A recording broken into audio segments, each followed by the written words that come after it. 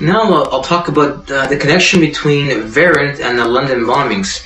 Some of you may be surprised that in September of 2004, Verint was involved also with video surveillance, signed a contract with the City of London involving video surveillance in the London Underground. And that happened just about prior to a year to the London bombings. And more than 2 years have passed since the London bombings.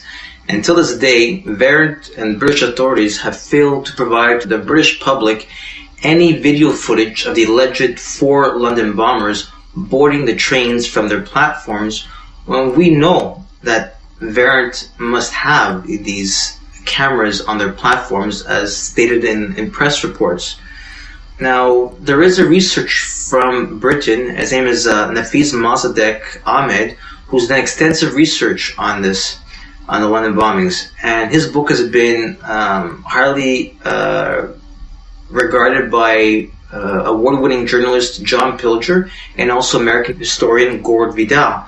And what he states is that the press reports, the times of when these so-called bombers boarded the trains, does not the times do not match the time schedule.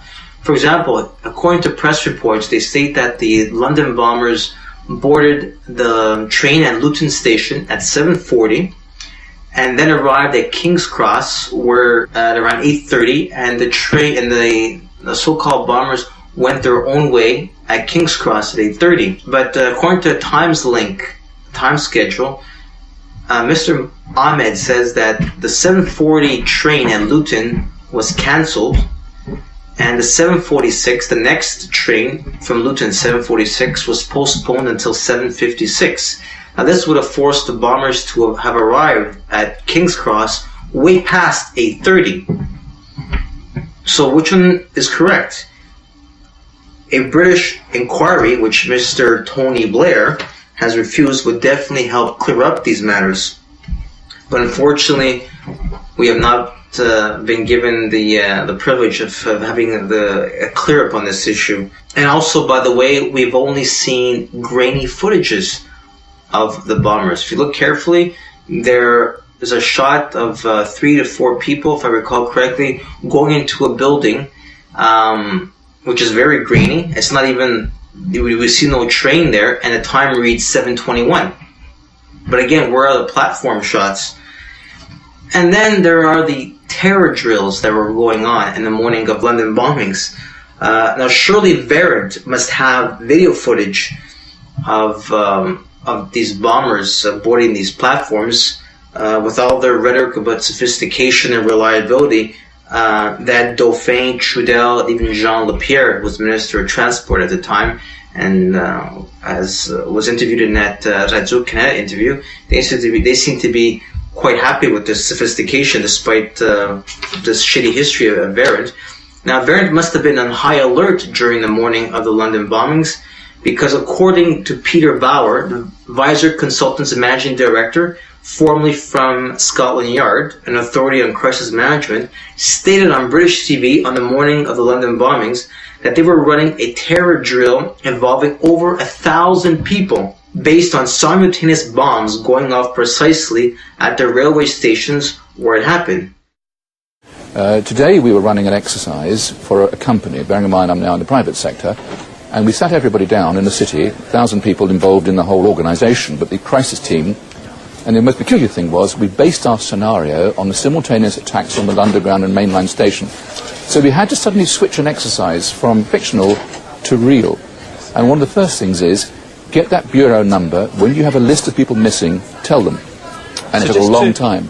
Just to get this right, you were actually working today on an exercise that envisioned virtually this scenario. Almost precisely. I was up until 2 o'clock this morning because it's our job, my own company, Visor Consultants. We specialise in helping people to get their crisis management response. How do you jump from slow time thinking to quick time doing? And we chose a scenario with their assistance which is based on a terrorist attack because they're very close to a property occupied by Jewish businessmen. They're in the city, and there are more American banks in the city than there are in the whole of New York. A logical thing to do. And I've still got the... I was going to say, how extraordinary today must feel for you as it unfolds. He repeated himself to BBC Radio 5. The thing that concerns me is that what are we doing for the thousands of men and women actually who are in London working? And I say that because at 9:30 this morning we were actually running an exercise for over a company of 1,000 people in London based on simultaneous bombs going off precisely at the railway stations that happened this morning. So I still have the hairs on the back of my neck standing upright. To get this quite straight, you were running an exercise to see how you would cope with this, and it happened while you were running the exercise? Precisely. And it was about 9:30 this morning. We'd planned this for a company, and for obvious reasons I don't want to reveal their name, but if they're listening they'll know it. We had a room full of crisis managers for the first time they met, and so within 5 minutes we made a pretty rapid decision. This is the real one. And so we went through the correct drills of activating crisis management procedures to jump from slow time to quick time thinking and so on. If we use a standard actuary employed by major insurance companies to calculate the probability of these events coinciding in a 10-year mean, we learn that the probability of this happening is greater than 1 in 300 tetragillion. To put that in perspective, that's a number with 41 zeros behind it. That is trillions and trillions and trillions and trillions and still more trillions times greater than all the grains of sand in all the world. To put that number in perspective, it has 41 zeros. Scientists using supercomputers have estimated that the Earth has over 7 quintillion grains of sand. A quintillion has 18 zeros.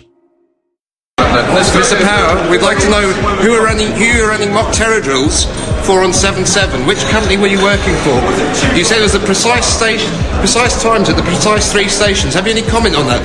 Why have you not been investigated or the company investigated? Why have you not investigated, Mr. Power? 52 people died in those bombings, Mr. Power. 52 people died in those power... It's your duty to investigate it further. You've done nothing. 52 people died, Mr. Power. How did you know which 3 stations? Who helped you choose those 3 stations? How many people knew before the event? How many people knew, Mr. Power?